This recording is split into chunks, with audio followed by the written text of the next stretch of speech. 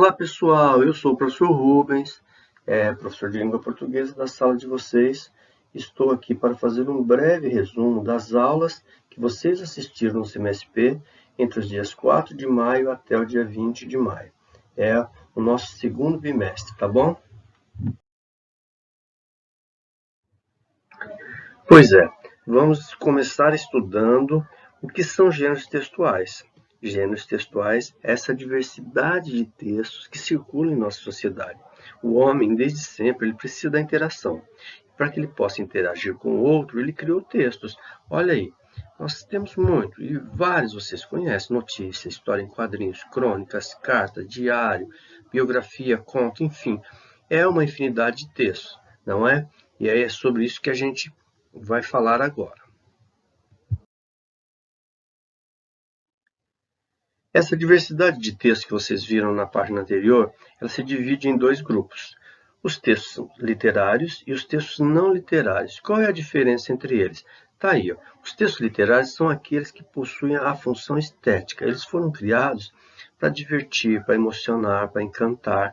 O exemplo, nós temos a poesia, o conto, né, a crônica, romance, fábula, literatura, novela, enfim.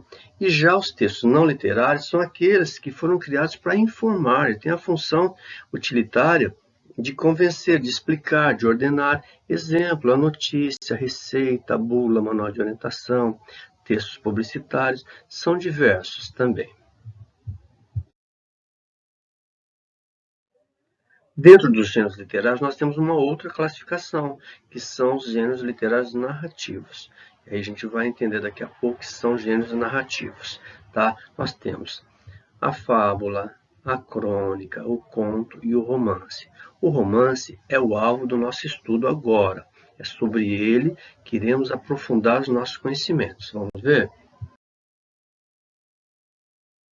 O que é o romance? O romance é uma história longa, com muitos personagens, que tem conflitos, que tem várias ações. Ele é escrito em prosa. A prosa é o contrário da poesia. A poesia é escrita em versos e a prosa é escrita com orações, com períodos e parágrafos. Para ser um gênero narrativo, eu preciso de 5 elementos que são essenciais, né, quando estou contando uma história. Olha, eu preciso de personagem. O personagem pode ser principal, secundário.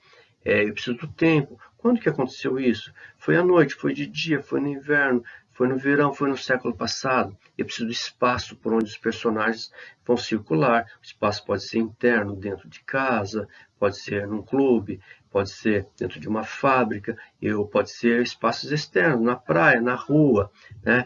Eu tenho que ter um narrador para contar essa história. O narrador pode ser em primeira pessoa, quando ele participa da história, né? Eu estava lá presente. E pode ser em terceira pessoa quando você conta a história de alguém.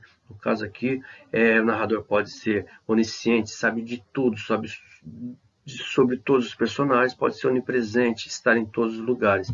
E eu preciso do enredo. O enredo é a história, tem que ter começo, meio e fim, tem que ter conflito, tem que ter o desfecho, para que ela seja uma história interessante. O romance no Brasil surgiu em 1843 com o lançamento do livro O Filho do Pescador, de Teixeira e Souza. Mas o que fez mais sucesso foi no ano seguinte, um livro chamado A Moreninha, que a gente vai ver um trechinho daqui a pouco.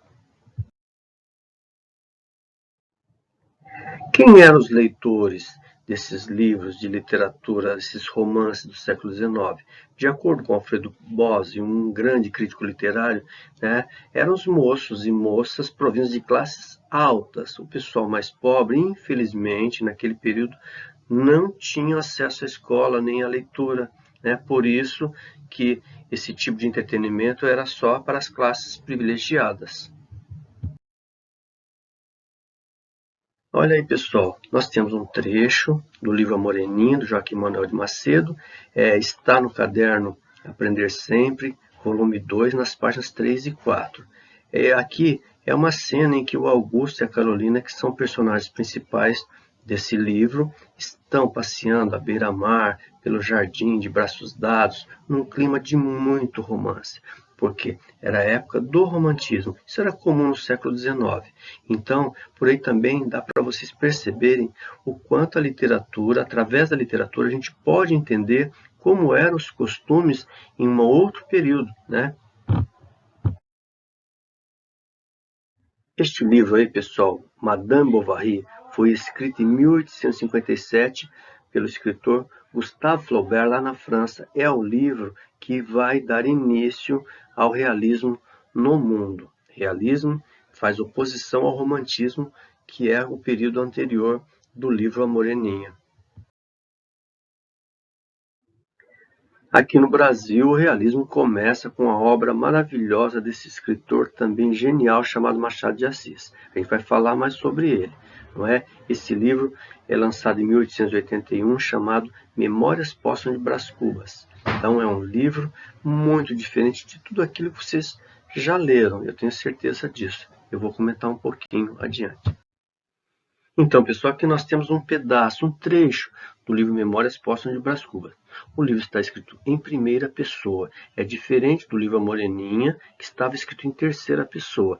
Aqui, o personagem principal, que é o Brás Cubas, que vai contar as suas memórias. O que tem de diferente aqui?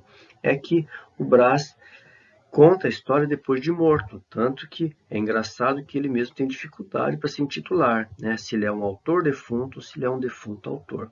O que é fato aqui é que o livro vai abrir o realismo no Brasil e faz oposição ao romantismo, né? Ou seja, o realismo tem a proposta de mostrar tudo, mostrar a realidade assim como ela era, não é? Por isso que é interessante.